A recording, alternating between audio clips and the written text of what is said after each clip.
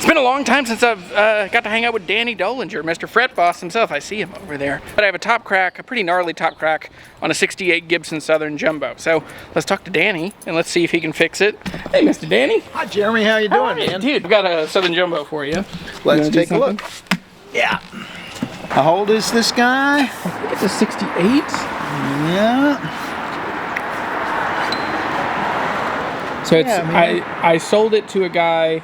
He never really played it, and then he passed away right at the beginning of like 19 or 20. So I'm helping his wife sell some stuff. But yeah, I mean, seems pretty straight other than... Yeah. Yep. I can make this solid. Awesome. If that's like I can't make that disappear. And I don't want to do any finish work. Right. Good. Excellent. Because as much as I can avoid that, I like to avoid that. But and it's unnecessary. Any finish work on something like this obviously is detrimental. Seriously. Because of it's got such a lovely patina to it and everything. Yeah, it's got some good checking. And I don't think. Do you think this is double X braced? I don't think it is. I haven't put a mirror in there. I don't know. Actually, I don't know. Well, got a minute? Yeah, let's do it. It's like all the binding and plastic on this has survived. Yeah, it's pretty surprising. The only thing I don't love is the pick guard. No, I'm not in love with that. I'm not. I'm not a big fan of that particular style of bridge. Yep, or the square shoulders. So it's kind of missed out on a couple of the cool things. Yeah.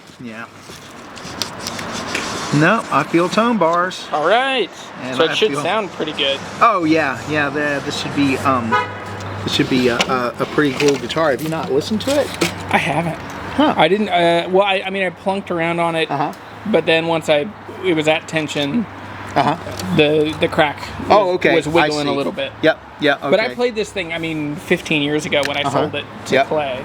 And it's going to have the sound that it has with that wooden bridge, which is like cool in its way. Yeah. But and it's like you wouldn't, for collectible value, you wouldn't want to do anything to this. And if it were mine and I was going to play it forever, I would pull that bridge and put a standard slotted bridge in there and stick some bone in. I had a 61 J50 that we swapped to a set saddle. I just filled it with matching Brazilian and then cut a new saddle, and it turned it from okay to great. Yep. Yeah, these guys, Gibsons have their own voice.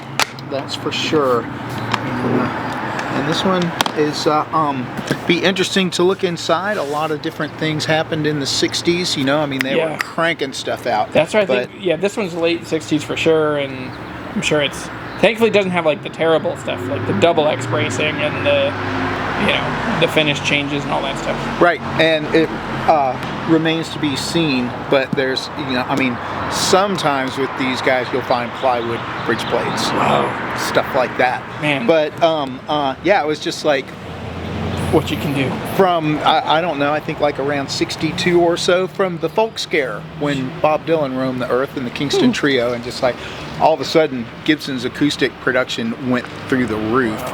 And they did some.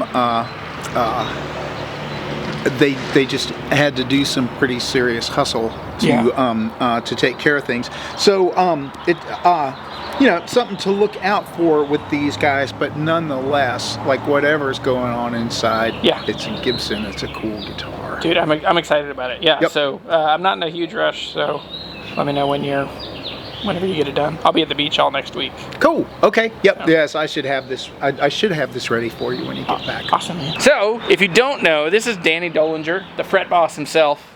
And Danny is amazing. You've done a bunch of repairs for me, and they've all been really good. Thank you. And then I got you really busy, and then we haven't seen each other in a year. But I now have a bunch of stuff to fix. After this, I got some more stuff I can bring you. Cool. So, cool, man. All right, everybody, check out the Fret Boss if you want to be more busy.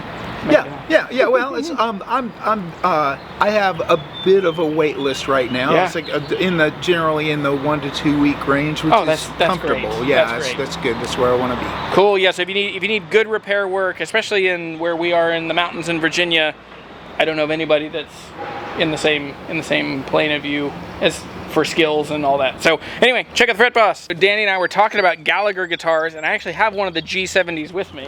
And you used to work at Huss and Dalton. I did. So you know that level of guitar. And so anyway, we're gonna walk up here to my car, and Danny will get to play one of the new G70s. Ooh. The guy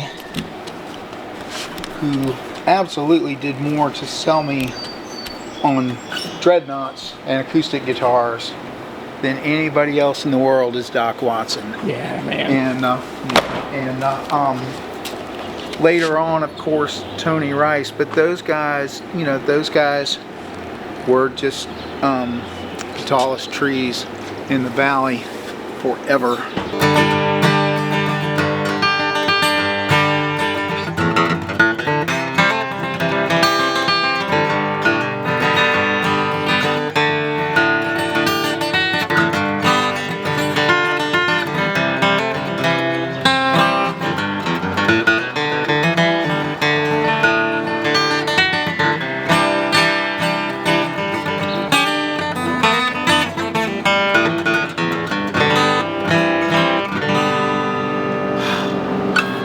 Yeah, it's beautiful. It sounds beautiful. Exactly what I would expect. I haven't played a new Gallagher in, well, ever. Yeah. Ever. This is the first time that I've played one that was, you know, probably less than 10 years old at least. And man, it's just fantastic. Yeah, because so there's a new owner called David Mathis that owns them now, and he was just a super fan.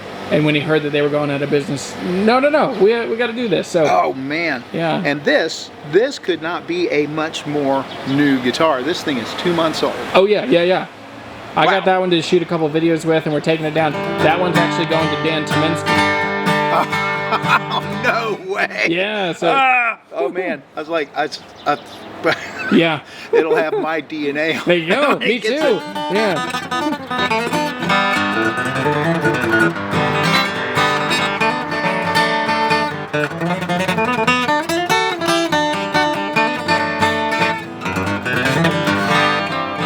That's awesome. Dude, thank you. It's a cool guitar. That's really, really cool. Dude, you're a good player too. Ah, thank you. No, I'm a hack, but thank you. Well, cool, man. It sounds like you really have some cool irons in the fire, Jeremy. It forced me to really take ownership of, like, oh man, I don't want to get another job. I want to do this. And so I had to like figure out how to, you know, work with other guitar companies and make the hustle